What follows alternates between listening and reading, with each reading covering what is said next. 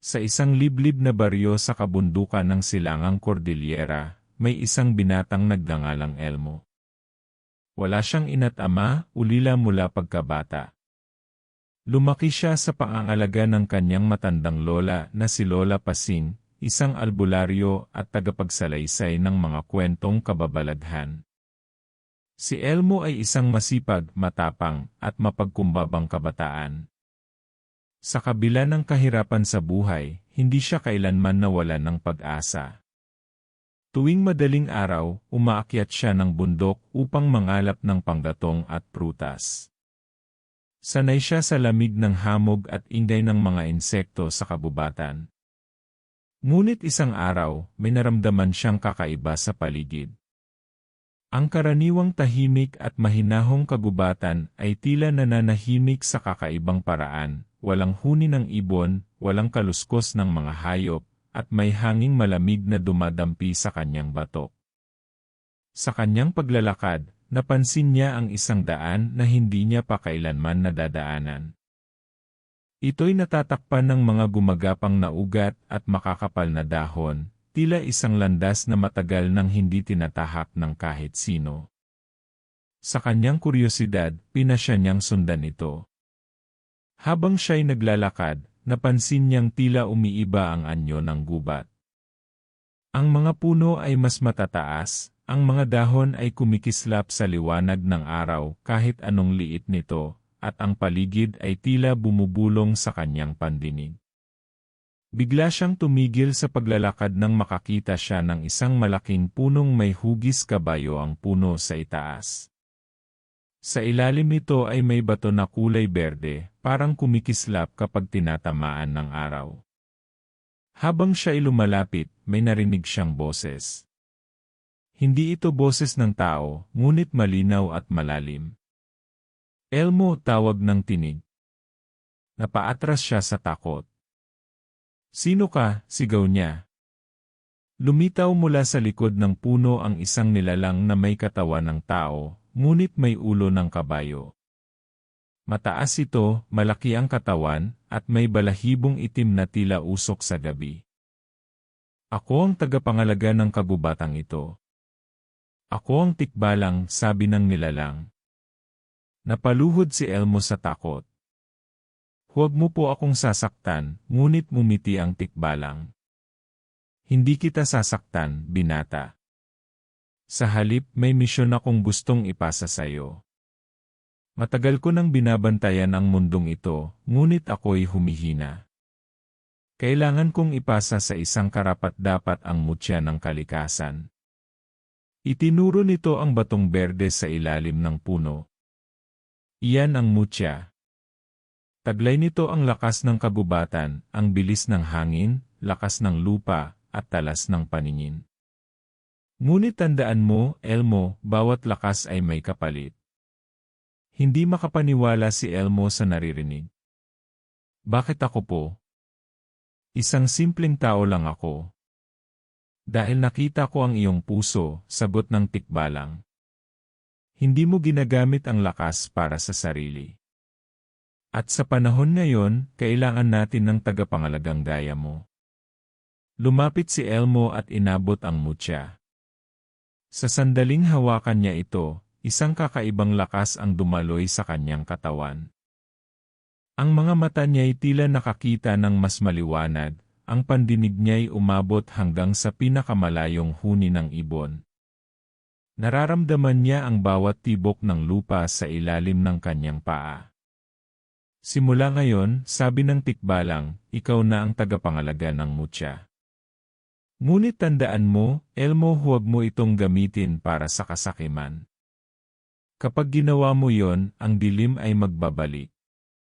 Pagkatapos ng kanilang pag-uusap, nawala ang tikbalang na parang usok sa hangin. Iniwan si Elmo sa gitna ng mahiwagang gubat.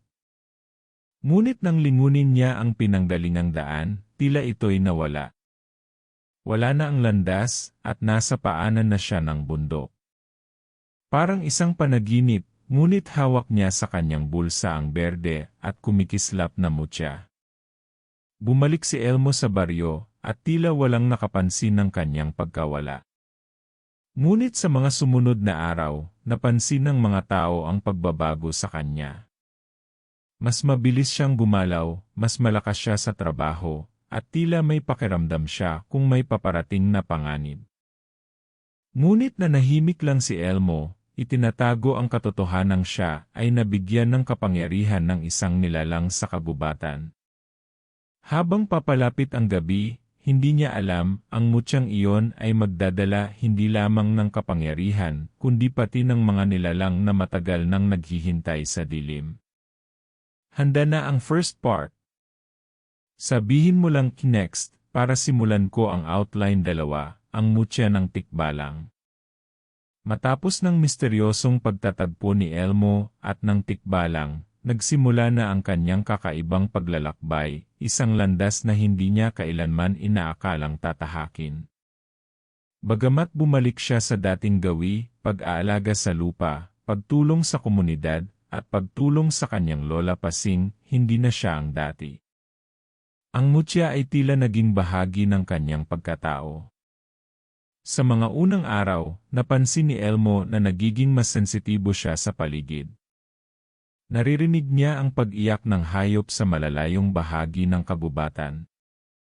Nakikita niya ang mga nilalang na hindi nakikita ng karaniwang tao, mga engkanto, diwata, at minsan ay aninong nagmamasid mula sa mga aninong sulok.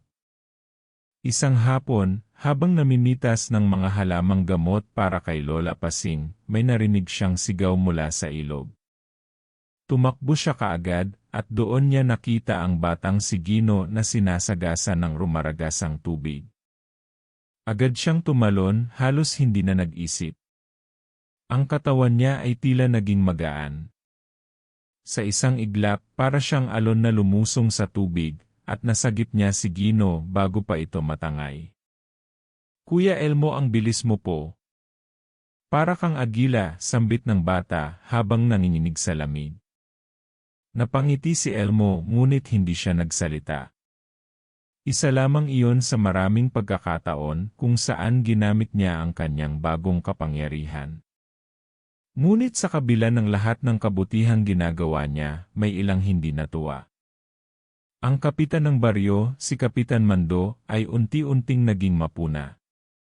Hindi siya kampante sa mga sinasabing milagro ni Elmo. Sa likod ng kanyang ngiti may binubuong hinala. Samantala, gabi-gabi ay nakakapanaginip si Elmo ng parehong bagay, isang itim na nilalang na may mahahabang kuko, pulang mata, at may kasamang maraming anino. Ang mutya, ibalik mo, paulit-ulit ang boses na iyon, tila nanggagaling sa ilalim ng lupa. Sa panaginip, pinapakita sa kanya ang isang matandang puno sa kagubatan na unti-unting natutuyo. Doon daw nagmula ang mutya. Doon din daw ito dapat bumalik. Sa pagkagising niya isang gabi, nakita niyang nagliliwanag ang mutya sa kanyang bulsa. Tila ito'y buhay, pumipintig, mainit, at nagsasalita sa kanyang isipan. Elmo, bantayan mo ang mutya, maraming gustong umagaw nito. Kinabukasan, nagpasya si Elmo na puntahan muli ang mahiwagang bahagi ng kagubatan. Ang daan ay muling lumitaw, tila tinatawag siya. Sa kanyang paglalakad, napansin niyang may mga palatandaan ng kaguluhan, mga nasirang halaman, may mga bakas ng hayop, ngunit may hugis paa ng tao, at may amoy ng nabubulok na laman. Pagdating niya sa gitna ng gubat, muling lumitaw ang tikbalang. Binalikan mo ako, Elmo. Opo, may mga panaginip ako. May mga nilalang na gustong kunin ang mutya. Ano po ba talaga ito? Tumitig sa kanya ang tikbalang, at tila nagdadalawang isip bago magsalita. Ang mutyang iyan ay hindi likha ng tao. Ito ay binuo mula sa puso ng kalikasan, bunga ng pagsasama ng 4 na espiritu ng kagubatan, apoy, tubig, hangin, at lupa. Noon pa man, may mga nilalang na gustong gamitin ito sa kasamaan, mga aswang na gustong palakasin ang kanilang sarili. Nabigla si Elmo. Aswang. Tumango ang tikbalang. Matagal na naming nilalabanan ang mga nilalang ng dilim. Ang mutya ay ginawa para maging depensa, pananggalang sa kanilang kadiliman. Ngunit may kapalit ang tagapagdala ng mutya ay unti-unting magbabago. Hindi sa katawan kundi sa kaluluwa. Anong ibig mong sabihin? Takot na tanong ni Elmo. Kapag ginamit mo ang mutya ng labis, ang sarili mong hangarin ay mawawala. Unti-unting papasok ang lakas ng kalikasan sa loob mo. Isa kang magiging nilalang na hindi naganap na tao. Hindi makapaniwala si Elmo. Bakit mo ito ibinigay sa akin kung ganun? Dahil ikaw ang huling pag-asa. Wala nang iba. Ikaw ang may pusong hindi nasisilaw sa kapangyarihan, ngunit kailangan mong piliin ang landas mo habang may oras pa. Tahimik si Elmo. Sa kanyang isipan, bumabalik ang lahat ng kabutihang nagawa niya, mga buhay na naligtas, mga taong natulungan. Ngunit kapalit ng kanyang sariling pagkatao. May paraan ba para mapanatili ang sarili ko? Tanong niya. Tumango ang tikbalang. May paraan ngunit hindi madali. Kailangang mahanap mo ang templo ng apat na espiritu. Doon mo matututunan kung paano balansihin ang mutya at ang iyong kaluluwa. Ngunit bantayan mo ang sarili mo, nagsimula nang gumalaw ang mga aswang. Bago pa man makapagtanong si Elmo ng iba pa, biglang lumamig ang hangin. Dumilim ang paligid at may mga mata sa kadiliman. Napalingon sila pareho, may mga nilalang na sumusunod. Simula na ito, sabi ng tikbalang. Bumalik ka sa baryo, protektahan mo ang mga tao. At kapag dumating ang panahon, alalahanin mo ang apoy sa loob mo. Itutuloy. Kapag handa ka na, sabihin mo lang next, para simulan ko ang outline 3, pagbabago ng tadhana. Pagbalik ni Elmo mula sa gubat, ramdam niya ang bigat ng kaalaman na taglay niya.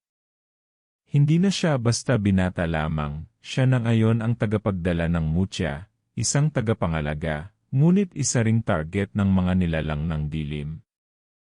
Ngunit sa kabila ng panganib, hindi siya umatras. Alam niyang kailangan niyang gamitin ang lakas na ipinagkaloob sa kanya upang protektahan ang baryo at ang mga mahal niya sa buhay. Sa mga sumunod na araw, unti-unting napansin ng buong baryo ang mga pagbabago. Si Elmo ay tila naging mas malakas pa sa dati. Madali na sa kanyang buhatin ang mga sako ng bigas na dati ay 2 tao ang kailangan. Isang gabi, may apoy na sumiklab sa bahay ng isang pamilya. Habang ang iba'y natataranta, si Elmo ay tumalon sa apoy, winasak ang pintuan, at nailigtas ang 2 batang na-trap sa loob.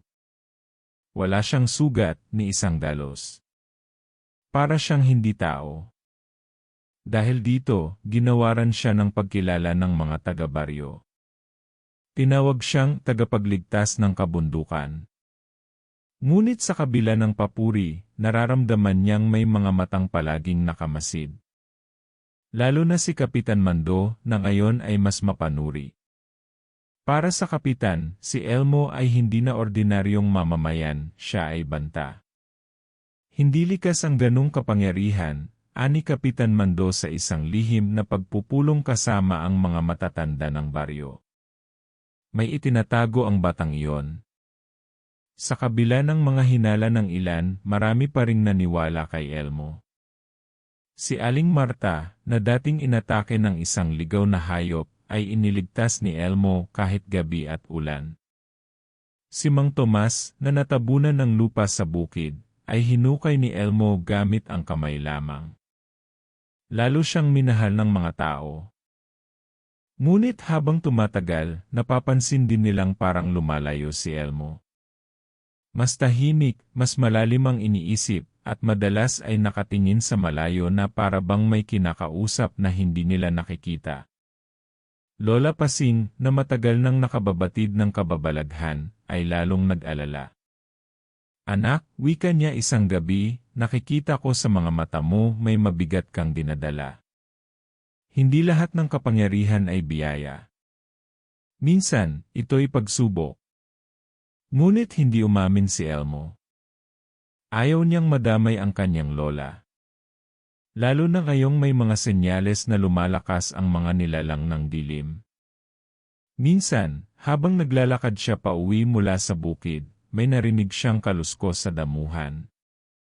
Biglang sumulpot ang isang lalaking maputla, mahahaba ang kuko, at may mata na tila apoy. Isang aswang. Sa wakas, sambit nito. Ang may hawak ng mutya. Agad na sumalakay ang nilalang, mabilis, mabangis, at gutom. Ngunit si Elmo ay handa. Sa isang iglap, gamit ang bilis ng hangin, naiwasan niya ang unang atake. Sa isang suntok, napatalsik ang aswang sa puno. Ngunit hindi ito ordinaryong nilalang. Tumayo ulit ito at mumisi. Tikman mo ang lakas ng kagutuman. Sumugod ulit ang aswang, ngunit ngayon ay may kasamang 3 pa. 4 na aswang laban kay Elmo. Sa gitna ng laban, naramdaman ni Elmo ang mutya sa kanyang bulsa na parang kumikislap. Biglang lumabo ang kanyang paningin, ngunit hindi dahil sa takot, dahil sa galit. Sa isang iglap, bumilis ang kanyang galaw, naging mas mabangis ang kanyang lakas. Isa-isang tumilapon ang mga aswang. Ang huli, sinuntok niya hanggang sa ito'y maging abo. Nanalo si Elmo, ngunit iba ang pakiramdam niya pagkatapos. Para bang hindi siya ang lumaban. Para bang may ibang nilalang sa loob niya ang kumilos. Pag-uwi niya, hindi siya mapakali. Bumitaw siya ng mutya at napansin niyang mainit ito. Sa salamin, nakita niyang ang kanyang mga mata ay sandaling nagkulay ginto. Isa lamang ang ibig sabihin nito, unti-unti na siyang naapektuhan ng mutya. Sa mga sumunod na araw, mas madalas siyang makakita ng masasamang panaginip. Laging may puno na natutuyo, may kaluluwang umiiyak, at mga nilalang na sumisigaw ng, "Isuko mo ang mutya." Sa panaginip, minsang lumitaw ang tikbalang. Elmo, ang lakas mo ay lumalaki, ngunit ang dilim ay palapit na rin. Hindi mo ito matatakasan. Kailangan mong magdesisyon. Napabalikwa si Elmo sa pagkagising. Pawis na pawis at nararamdaman niya na parang hindi na siya tao. Parang unti-unting sinasakop ng mutya ang kanyang isipan. At sa baryo, may nararamdaman na ring pagbabago ang mga tao. May mga hayop na nawawala, may mga batang nagkakasakit, at may mga aninong dumaraan sa gabi. Si Elmo ang tinitingnan ng ilan bilang tagapagtanggol pero may ilan nang bumubulong ng kabaligtaran. Kailan pa nagsimula tong mga kababalaghan? Tanong ng kapitan. Simula nang mag-iba si Elmo. Itutuloy. Handa ka na ba para sa outline 4, ang unang bangungot? Sabihin mo lang next kapag ready ka. Gabi ng kabilugan ng buwan. Tahimik ang buong baryo, tila nakatulog sa lamig ng hangin dumarampi sa bubong ng mga bahay. Ngunit sa gitna ng katahimikan, may isang nilalang na gumigising. Isa siyang nilalang na matagal nang nanahimik sa dilim, ngunit ngayong nagniningning na ang mutya, siya'y napukaw. Sa panaginip ni Elmo, siya'y nasa gitna ng isang tuyong gubat. Walang dahon ang mga puno, puro abo sa paligid. Ang langit ay pula at ang lupa'y punit-punit. Sa malayo may isang nilalang na nakatayo. Hindi ito tikbalang. Isa itong matangkad na nilalang na parang tao, ngunit may mga sungay, may pakpak na parang paniki, at balat na kulay abo. Ang mga mata nito'y naglalagablab sa galit. Elmo, bulong ng nilalang. Ibigay mo sa akin ang mutya. Iyon ay sa amin. Sino ka? Sigaw ni Elmo. Isa ako sa mga bantay ng kadiliman, tagapagmana ng mutyang kinuha mo. Ang mutyang yan ay galing sa puno ng itim na lupa. Inagaw ng mga tagabantay ng kagubatan at ipinasa sa iyo. Ngayon, oras na para ito'y bawiin. Lumapit ang nilalang. Sa bawat hakbang nito, nagkakabasag ang lupa. Hindi mo alam ang tunay na kapangyarihang hawak mo, binata. Ang mutya ay may isip, may kaluluwa. At kapag bumigay ka magiging iyo kami. Napabangon si Elmo mula sa panaginip, humahagok, pawis na pawis. Ngunit ang pinakanakakatakot. Hindi pa siya tuluyang gising, nasa gitna pa siya ng isang bangungot. Sa paligid ng kanyang kwarto, may mga aninong gumagalaw. Sa kisame may mata. Sa ilalim ng kama, may mga kamay na dahan-dahang gumagapang. Hindi ito guni-guni. Tumayo siya at tinutok ang mutya sa paligid. Mula sa liwanag nito, isa-isang nagsilabasan ang mga aninong nilalang, mga aswang, mga sigbin, mga maligno. Ang kwarto niya ay naging isang entablado ng bangungot. Ngunit hindi siya umatras. Hinawakan niya ang mutya at sumigaw. Tama, Jine. Sa isang iglap, lumabas ang liwanag mula sa mutya. Para itong pagsabog ng araw. Nabulag ang mga nilalang at nagsigawan. Isa-isang nawala, natunaw sa liwanag. Ngunit bago mawala ang huling nilalang, bumulong ito pa lang ang simula. Darating ang Panginoon ng kadiliman. Sa sandaling iyon, tuluyan ng nagising si Elmo, totoong gising na. Ngunit basang-basa ang buong kama niya sa pawis, at ang kanyang mga kamay ay may mga galos. Ang mutya ay nananatiling mainit at kumikislap. Kinabukasan, pinuntahan siya ni Lola Pasing. Napansin nitong namumutla si Elmo at hindi mapakali. Apo, ano ang nangyayari sa'yo? Tanong ng matanda. Lola, may nakita po ako sa panaginip. Pero parang hindi lang panaginip eh. Parang totoo. May dumating nilalang na may pakpak. Sinasabi nilang akin daw ang mutya. Na kailangan ko daw itong ibalik. Tahimik si Lola Pasing. Kumuha ito ng isang lumang aklat mula sa bowl. Binuksan ito sa gitna, at ipinakita ang isang pahina, may larawan ng isang nilalang na kamukha ng nasa panaginip ni Elmo. Yan ang Panginoon ng kadiliman, si Haring Balangaw. Isa sa pinuno ng mga nawawalang espiritu ng lupa. Matagal na siyang pinatalsik ng mga nilalang ng liwanag, ngunit ngayong hawak mo na ang mutya siya ay unti-unting nakakabalik. Anong ibig sabihin nito, Lola? Ibig sabihin, Apo, ikaw na ang nagdadala ng liwanag sa mundong ito. Ngunit kasabay niyon, ikaw rin ang dahilan kung bakit bumabalik ang dilim. Natahimik si Elmo. Habang tumatagal, mas mabigat ang responsibilidad na kanyang pinapasan. Hindi na lang ito tungkol sa proteksyon ng baryo, ito ay tungkol sa balanse ng dalawang mundo, ang liwanag at ang dilim. Nagsimula siyang magsanay. Tuwing gabi, nilalabanan niya ang mga nilalang sa kanyang panaginip. Tuwing araw, tinutulungan niya ang mga mamamayan. Ngunit unti-unti, nararamdaman niyang may nagbabago sa kanya. Minsan ay bigla siyang napapasigaw sa galit. Minsan, hindi niya mapigilan ang paggangalit ng kanyang lakas. Lalong umiinit ang mutya, tila sumusubok kung hanggang saan ang kanyang kakayahan. Hanggang isang gabi, may nangyaring hindi inaasahan. Sa gitna ng pagtulog ng buong baryo, may dumating na itim na ulap. Kumapal ito sa kalangitan. At mula sa dilim, bumaba ang isang nilalang na may 4 na mata, maraming braso, at mga kuko na parang espada. Isang halimaw ng dilim, isang mensahero ng Haring Balangaw. Tumigil ito sa gitna ng baryo at sumigaw, ibigay ang tagapagdala ng mutya. Ilabas si Elmo. Nagising ang buong baryo.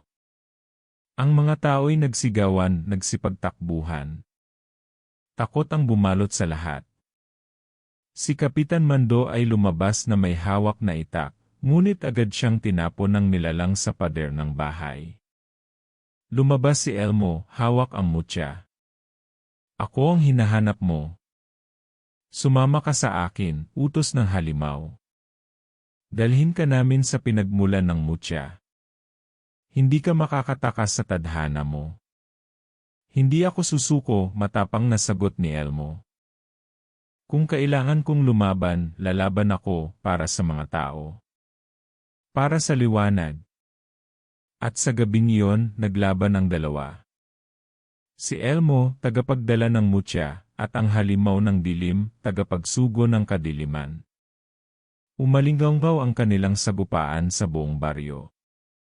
Sa bawat pagsuntok ni Elmo, nagliliwanag ang lupa. Sa bawat atake ng halimaw, nanginginig ang hangin. Sa huli, ginamit ni Elmo ang buong lakas ng mutya. Sumigaw siya ng buong puso, at mula sa kanyang katawan ay lumabas ang isang alon ng liwanag na tumupok sa halimaw. Nanalo si Elmo. Ngunit sa kanyang tuhod ay dumaloy ang dugo. Nanghihina siya. Ang mutya ay lumalamlam. At sa likod ng kanyang isip, isang boses ang muling lumitaw. Elmo, ang unang bangungot ay natapos na. Ngunit ang digmaan ay magsisimula pa lamang. Itutuloy. Kapag handa ka na, sabihin mo lang ang salitang next, at sisimulan ko agad ang outline 5, ang digmaan ng liwanag at dilim. Matapos ang bangungot na sumalanta sa baryo, at ang mabangis na labanan, alam ni Elmo na hindi na siya maaaring manatiling tahimik. Ang lihim ay unti-unti nang nabubunyag at ang digmaan ay nagsisimula na. Sa sumunod na mga araw, ramdam ng buong baryo ang kakaibang katahimikan. Minsan sa gabi, may maririnig silang malalalim na boses mula sa kabubatan. May mga hayop na natagpo ang walang dugo sa katawan. Sa ilog, may mga batang nakakakita ng mga anino na parang lumulutang. Lumapit si Elmo sa mga matandang babaylan ng karatig baryo. Kailangan niya ng tulong, ng kaalaman tungkol sa tunay na pinagmulan ng mutya. Sa isang lihim na ritual, pinapasok nila si Elmo sa lalim ng guni-guni, isang lugar ng espiritu kung saan makikita ang pinagmulan ng kasaysayan ng daigdig. Sa kanyang pananaw, nakita niya ang dalawang mundo, ang daigdig ng liwanag, punang mga diwata, tikbalang, at mga tagapangalaga ng kabubatan. At ang daigdig ng dilim, lugar ng mga aswang, maligno, at mga nilalang ng pagwasak. Dati, ang dalawang mundo'y may balanse. Ngunit nang ninakaw ng isang tikbalang ang mutya mula sa puno ng itim na lupa upang ibigay sa isang tao, ang balanse nasira. Ang mutya ay binigay sa iyo hindi para sa kapangyarihan, bulong ng mga espiritu. Ito'y isang kasunduan. Ikaw ang magiging tulay ng dalawang mundo. Pagkagising ni Elmo, dama niya ang lalim ng responsibilidad. Hindi lang ito laban. Isa itong misyon upang ibalik ang balanse. Ienef panawagan ng liwanag sa tulong ng mga babaylan at ni Lola Pasing, bumuo si Elmo ng isang lihim na hukbo. Mga piling mandirigma, tagapagmana ng sinaunang dugo, at mga nilalang ng liwanag na nagtago sa anyo ng tao. Kabilang dito si Maya, isang dalagang tikbalang na may kakayahang makakita sa hinaharap, at si Andoy, isang taong ibon na tagapagbantay ng kalikasan. Habang sila'y naghahanda, dumami naman ang pagsalakay ng dilim. Isang gabi, sinalakay ang mga alitaptap sa kabubatan, simbolo ng buhay at liwanag. Ang pagpatay sa kanila ay babala mula kay Haring Balangaw, hindi kami titigil. Maraming labanan sa isang malawak na bukid sa gilid ng baryo, naganap ang unang tunay na digmaan. Dumating ang mga nilalang ng dilim, mga aswang, duwende ng kadiliman, sigbin, at isang dambuhalang nilalang na tinatawag na balabog, isang halimaw na kayang lumamon ng liwanag. Si Elmo, suot ang isang balabal na hinabi mula sa sinag ng buwan, ay lumipad sa gitna ng labanan. Sa kanyang kamay ay ang mutya, ngayon ay kumikinang ng asul at puti, tanda ng paggising ng kapangyarihan ng liwanag. Nag-ululan ng apoy at anino. Ang lupa ay yumanig. Si Maya ay sumalakay sa mga nilalang gamit ang sibat na gawa sa sungay ng tikbalang. Si Andoy ay lumilipad, nagpapasabog ng liwanag mula sa kanyang mga pakpak. Ngunit hindi madali ang laban. Maraming sugatan. Maraming nasaktan.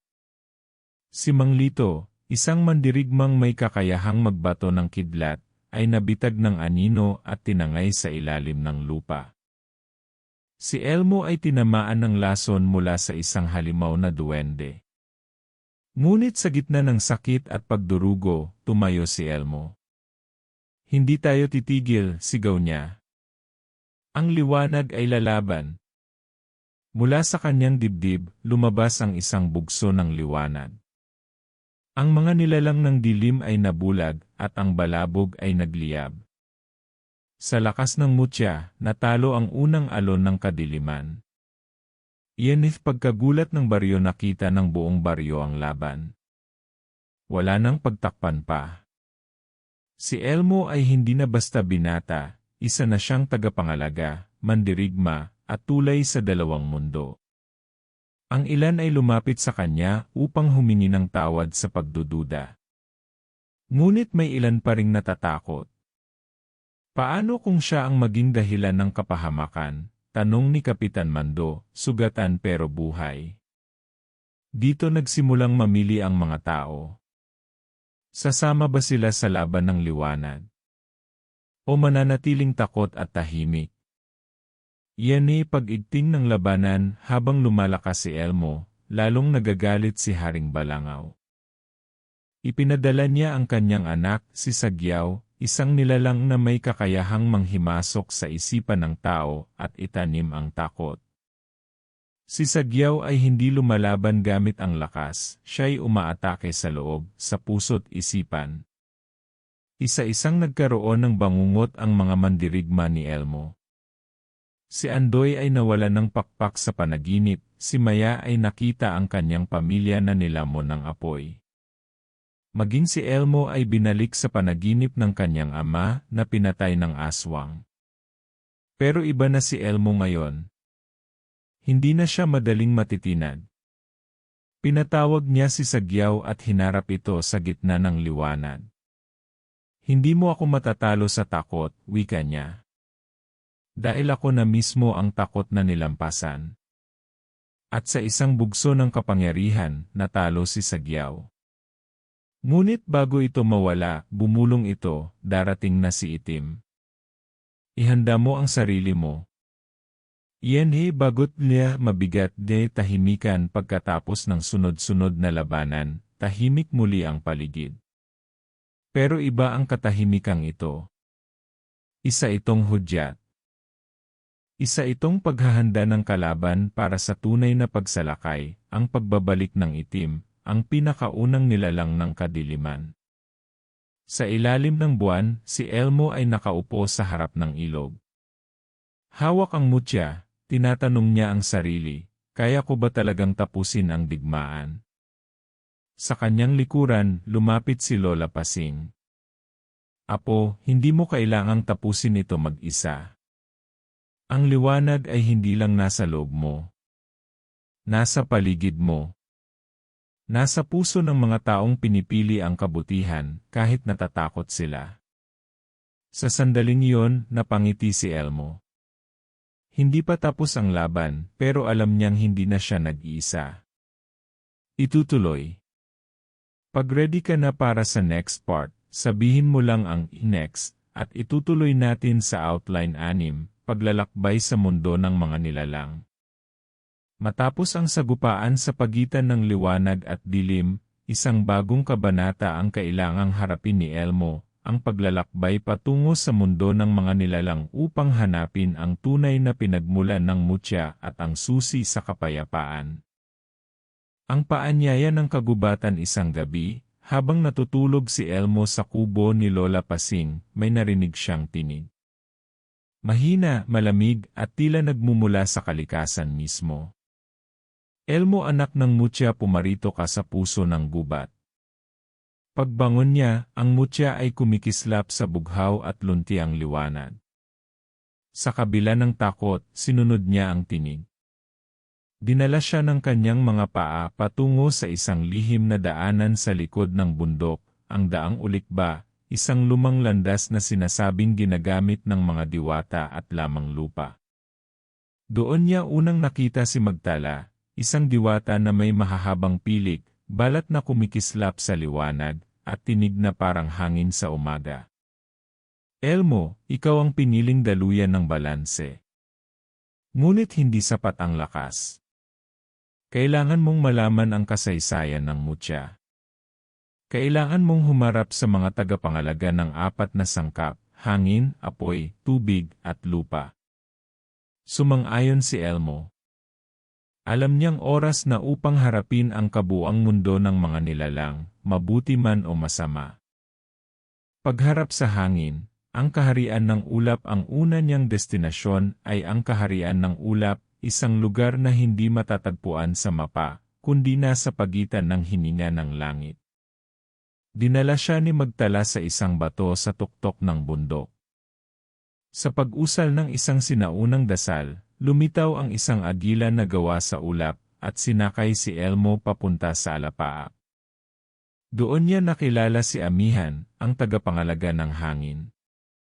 Isang nilalang na may katawan ng tao, ngunit may pakpak na parang agila at mata na parang bagyo. Bakit mo gustong malaman ang lihim ng mutya, bata? Tanong ni Amihan. Dahil ayokong gamitin ito sa kasinungalingan. Gusto kong ibalik ang balanse, sagot ni Elmo. Kainas ni Amihan ang kanyang puso. Pinatayo siya sa isang ulap sa gitna ng unos. Kailangan niyang manatiling matatag kahit kinakaladkad ng hangin ang kanyang katawan. Matapos ang pagsubok, pinabaunan siya ni Amihan ng hininga ng katotohanan, isang kakayahang makilala ang pagkakaiba ng totoo at huwad, maging sa gitna ng ilusyon. Pagharap sa apoy, ang pugon ng sigalot mula sa langit, bumaba si Elmo sa isang bulkan sa gitna ng gubat. Doon niya nakilala si Kamdagsik, isang nilalang na gawa sa apoy, may boses na parang lumalagablab na kahoy. Ang mutya ay may apoy. Kaya mo ba itong tanggapin ng hindi masunog, sambit ni Kamdagsik. Sa loob ng isang yungib, pinahawak si Elmo sa batong nagniningas, isang bato na sinusubok ang hangarin ng sinumang may kapangyarihan. Kung may bahid ng kasakiman sa puso, susunugin nito ang buong katawan. Nanginginig man sa takot, hinarap ni Elmo ang bato. At sa halip na masunog, nagniningas itong bughaw, simbolo ng dalisay na apoy. Bilang gantimpala, binigyan siya ni Kamdagsik ng alaalang apoy, isang kakayahang muling buhayin ang alaala ng nakaraan upang gabayan ang kinabukasan. Pagharap sa tubig, ang lawa ng gunita sa susunod na yugto, pumunta si Elmo sa isang lawa na sinasabing kayang ipakita ang tunay na anyo ng kaluluwa. Dito niya nakilala si Dalisay, isang sirenang may buhok na parang tubig at boses na kayang pagalingin ang sugat ng damdamin. Dito mo makikita ang iyong sarili, Elmo. Hindi bilang tagapagdala ng mutya kundi bilang tao. Sa gitna ng lawa, lumitaw ang sariling refleksyon ni Elmo, isang batang umiiyak, punang takot at pangungulila. Ipinakita sa kanya ng lawa ang kanyang mga kahinaan, ang kanyang mga takas na emosyon. Ngunit sa halip na umiwas, niyakap ito ni Elmo. Tinanggap niya ang kanyang kahinaan bilang bahagi ng kanyang lakas. Sa huli, binigyan siya ni Dalisay ng luha ng kalma, isang kakayahang payapain ang galit ng iba, gamit ang kapangyarihan ng damdamin. Pagharap sa lupa, ang loob ng mundo, ang huling pagsubok ay sa ilalim ng lupa. Doon niya nakilala si Lakuban, isang higanting duwende na tagapag-ingat ng alaala ng mundo. Ang lupa ay alaala. Kaya mo bang dalhin ang bigat ng kasaysayan? Dinala siya ni Lakuban sa isang silid sa ilalim ng lupa kung saan nakaukit ang kasaysayan ng mga mutya, kung paanong ginamit ito para sa kapangyarihan, digmaan, at minsan, pagkakaisa. Sa puntong iyon, nakita ni Elmo ang isang pangitain, isang nakaraan kung saan ang mutya ay ginagamit bilang sandata, hindi bilang tagapag-ayos. Ngunit alam niyang kaya niyang baguhin ang kasaysayan. Pinagkalooban siya ni Lakuban ng buto ng alaala, isang kakayahang tumawag sa mga nilalang ng lupa kapag oras na ng huling laban. Ang panibagong Elmo, pagbalik ni Elmo sa ibabaw ng mundo, hindi na siya ang dati. Hindi lamang siya tagapagdala ng mutya. Isa na siyang pinagpala ng 4 na sangkap, may katotohanan, apoy, damdamin, at alaala. Ngunit sa kanyang pag-uwi, isang malungkot na balita ang sumalubong sa kanya, ang baryo ay muling sinalakay. Si Lola Pasing ay sugatan, si Andoy ay nawawala, at may mensahe si Haring Balangaw, handa na ako, Elmo.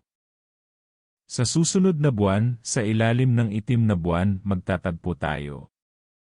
At doon, matatapos ang lahat. Itutuloy. Kapag ready ka na, sabihin mo lang ang next, at itutuloy natin sa outline 7, ang huling itim na buwan, ang pagsisimula ng pinakamatinding labanan. Dumaan ang mga araw na parang mabigat na ulap sa langit. Ang buong baryo ay nababalot ng katahimikan, hindi ang uri ng katahimikan na nagpapahinga, kundi ang uri ng tahimik na humahanda sa isang bagyong paparating.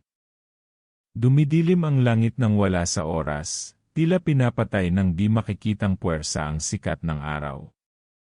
Hanggang sa isang gabi, sa kalendaryong itinatago ng mga babaylan, sumapit na ang tinatawag nilang itim na buwan, ang huling yugto ng propesya.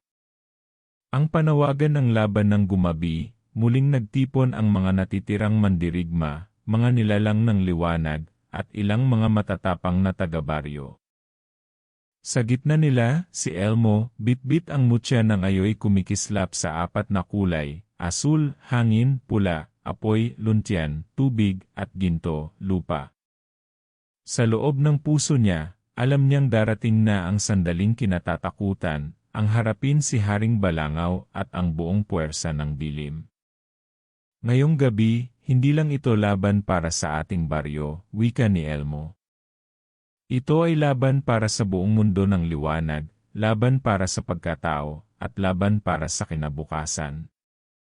Mula sa likuran niya, dumating si Maya, may sugat man sa braso, matalim pa rin ang tingin. Sumunod si Dalisay, Amihan, Kamdagsik, at Lakuban, mga tagapangalaga ng sangkap, bilang pagsuporta. Kahit si Magtala, ang diwata ng mga bituin, ay muling bumaba upang samahan sila sa huling sandali. Ang pagbukas ng itim na langit nang tumuntong ang hating gabi, may malakas na lindol na yumanig sa buong kagubatan. Ang langit ay nagkulay uling.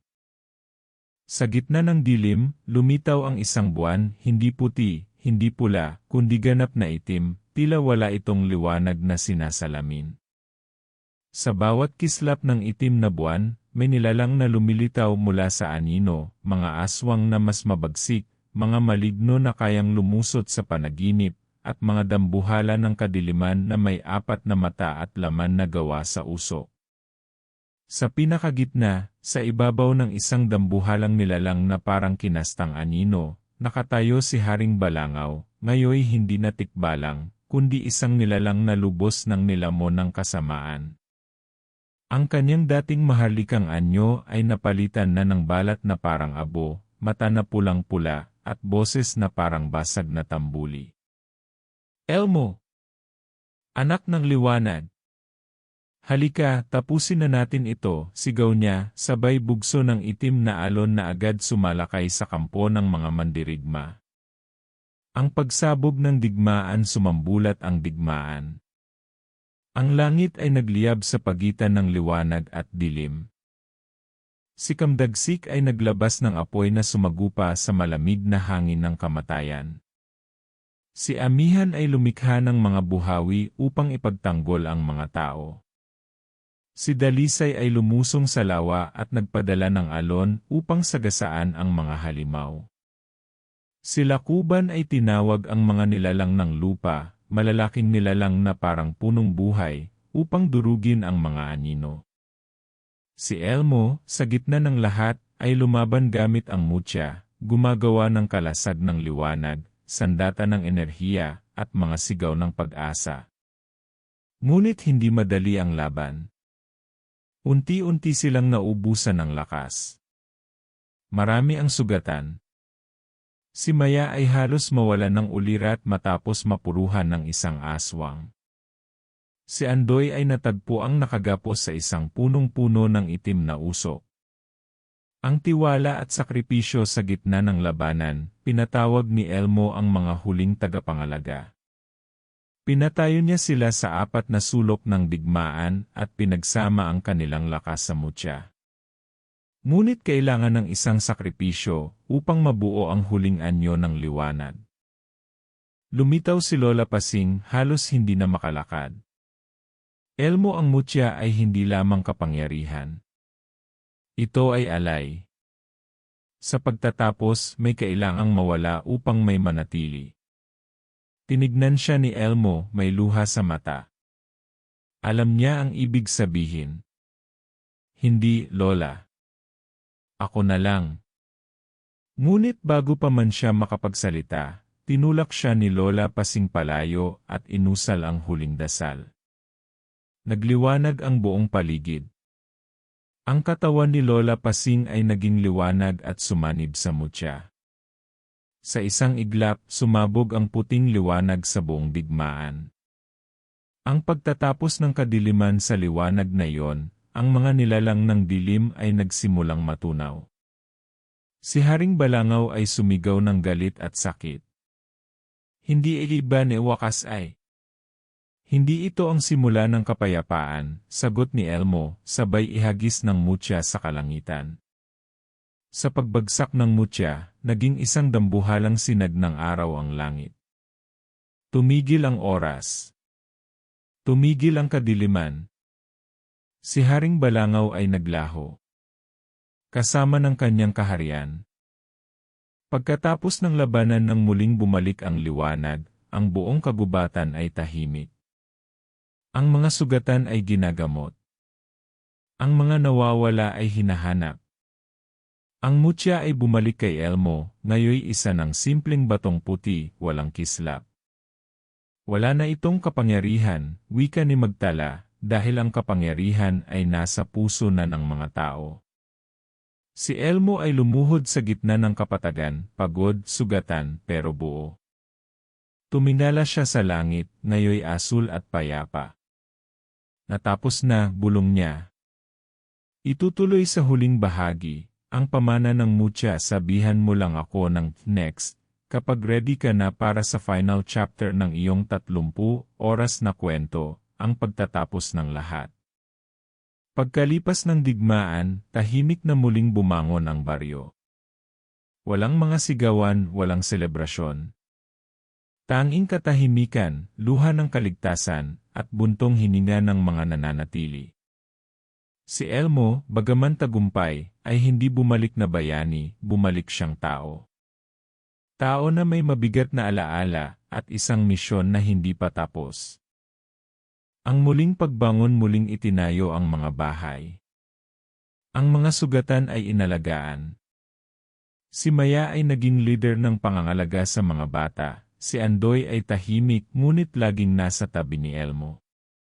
Si Elmo naman, araw-araw ay binibisita ang puntod ni Lola Pasing sa ilalim ng matandang punong balete. Lola, tapos na ang dilim, pero parang hindi ko pa rin alam kung sino ako ngayon, bulong niya. Ngunit sa bawat paglipas ng araw, napagtanto niya, hindi na siya ang batang natatakot sa dilim. Siya na ang nagbibigay liwanag. Ang bagong simula sa utos ni Magtala at sa tulong ng mga nilalang ng liwanag, itinayo ang isang paaralan ng mutya, isang lugar kung saan tuturuan ang mga susunod na henerasyon kung paano gamitin ang lakas ng kalikasan sa kabutihan. Hindi bilang armas kundi bilang gabay. Hindi lahat ay may mutya. Pero lahat ay may layunin. Tinuruan nila ang mga bata kung paano makinig sa lupa, kung paano igalang ang hangin, kung paano alagaan ang tubig, at kung paano gamitin ang apoy sa paglikha, hindi sa pagsira. Ang huling paalam isang gabi, habang nakaupo si Elmo sa itaas ng burol, lumitaw muli si Magtala. Elmo, oras na upang ibalik mo ang mutya sa pinagmulan nito. Pero wala na itong kapangyarihan. Ang kapangyarihan ay hindi kailanman nasa mutya. Nasa puso ng may bitbit nito. At ang puso mo ay kailangan ng magpahinga. Dinala nila ang mutya sa pinakagitna ng kagubatan, sa puso ng likas, isang lugar kung saan nagtatagpo ang apat na elemento. Doon, hinulog ni Elmo ang mutya sa ilalim ng tubig. Nang ito'y lumubog, lumitaw ang isang panibagong halaman, liwanag ang dahon, at mga bulaklak na kulay ng apat na sangkap. Pagkilala at katahimikan, hindi na muling hinangad ni Elmo ang kapangyarihan. Sa halip, naging simpleng tagapayo siya sa baryo. Tinuruan ng mga kabataan, tumulong sa mga nasasaktan, at nagbantay sa gubat upang masigurong hindi na muling babangon ang dilim.